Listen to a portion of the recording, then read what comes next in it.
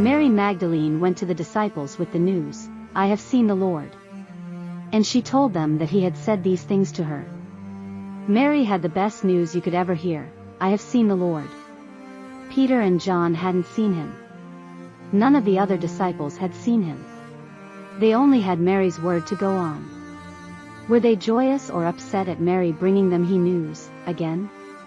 We don't know, but as we'll see tomorrow, they were a frightened bunch despite the great news.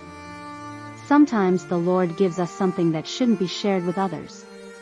Even though Jesus had told Mary to tell the disciples that she had seen him, I'm not sure they were convinced she saw him. On the face of it, the story was quite fantastical. The only other incident that they could relate to was Lazarus. I suppose their reaction would be similar to those who tell us they've seen the Lord. Right, another fruitcake. And yet, shouldn't that be the norm? I'm not saying we should seek him until he reveals himself, then tell the whole world we just saw Jesus.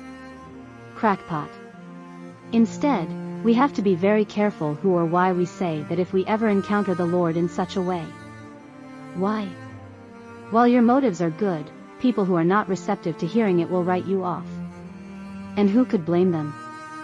Sometimes, though, what's between you and the Lord should stay that way unless you are called and committed to sharing and living by what you say.